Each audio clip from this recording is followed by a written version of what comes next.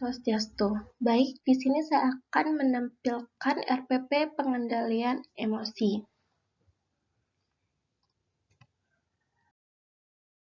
Yaitu yang pertama, tujuan pembelajaran. Melalui pembelajaran melalui project basis learning, peserta didik dapat merumuskan upaya mengendalikan emosi dalam diri dan menerapkan dalam kehidupan sehari-hari. Nah, adapun kegiatan inti yang akan dilakukan dalam RPP ini yaitu pertama, guru memberikan pertanyaan mendasar tentang mengendalikan emosi menurut para ahli. Lalu peserta didik memberikan pendapat mereka sesuai dengan pengetahuan mereka. Lalu menyusun perencanaan. Itu guru menjelaskan proyek yang akan dilakukan oleh peserta didik.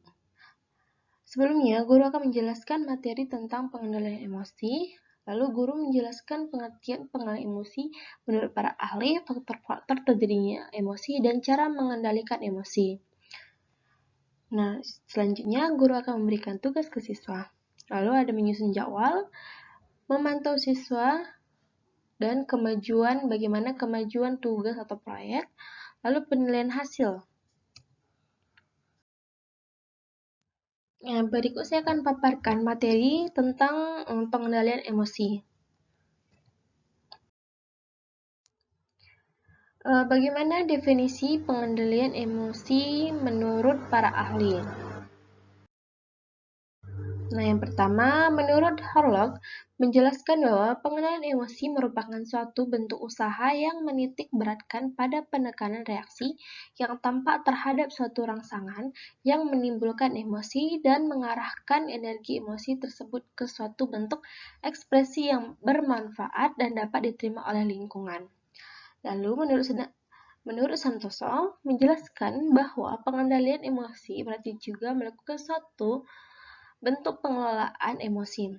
Pengelolaan emosi terkait dengan kemampuan penyesuaian diri secara psikologis, di mana individu mampu mengidentifikasikan, mengakui, dan mampu untuk mengolahnya. Dan ada juga menurut Mangon Prasodjo, mengatakan bahwa pengendalian emosi ini bukan merupakan upaya untuk menekan atau menghilangkan emosi, melainkan menghadapi situasi dengan sikap rasional, mengenali emosi, dan menghindari dari penafsiran yang berlebihan terhadap situasi yang dapat menimbulkan respon emosional. Bagaimana memberikan respon terhadap situasi tersebut dengan pikiran maupun emosi yang tidak berlebihan atau proporsional, sesuai dengan situasinya, serta dengan cara yang dapat diterima oleh lingkungan sosial. Belajar mengenal, menerima, dan mengekspresikan emosi positif dan negatif. Belajar menunda pemuas kebutuhan.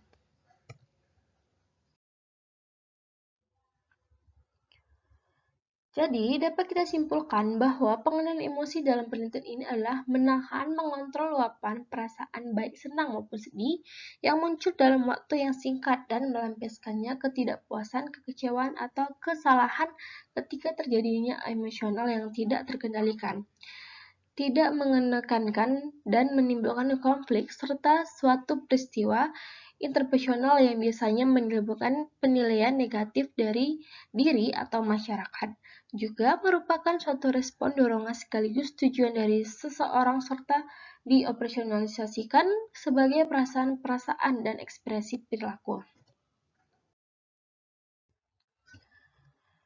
Dan juga jenis-jenis emosi. Apa saja sih jenis-jenis emosi itu?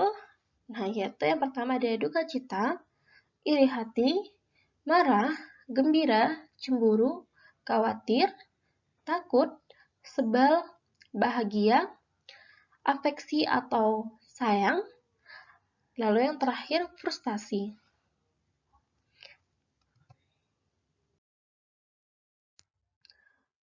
Apa faktor-faktor yang mempengaruhi emosi?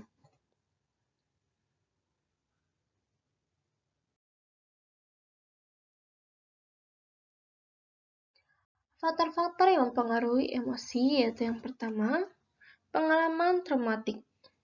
Lalu yang kedua, temperamen, jenis kelamin, usia perkembangan kematangan, perubahan jasmani, perubahan interaksi dengan teman, perubahan pandangan, perubahan interaksi dengan sekolah, pola asuh orang tua. Nah, itu dia faktor-faktor yang mempengaruhi emosi.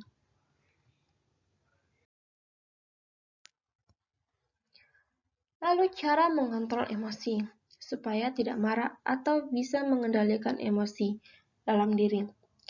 Yang pertama, berpikir positif. Selalu berpikir positif. Lalu, yang kedua, hindari perdebatan. Lalu yang ketiga, mensyukuri dan ikhlas.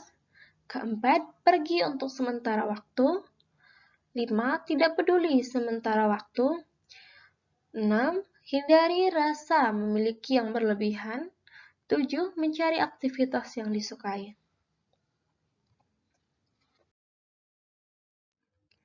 Nah, adapun kesimpulan dari materi yang sudah dipaparkan yaitu bahwa perubahan yang terjadi dalam diri yaitu perubahan penampilan, bagian dalam tubuh, fungsi biologis, panca indera, seksual, kesehatan umum, tingkat pendidikan, keturunan, lingkungan.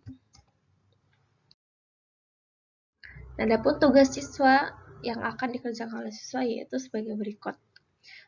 Nah, berikan tanggapan Anda mengenai materi yang sudah dipaparkan. Lalu yang kedua, bagaimana cara Anda untuk mengendalikan emosi? Baik, itu dia pemaparan RPP saya tentang pengendalian emosi. Maka saya akan tutup pemaparan materi saya tentang pengendalian emosi. Jika ada kesalahan kata yang saya ucapkan, saya mohon maaf.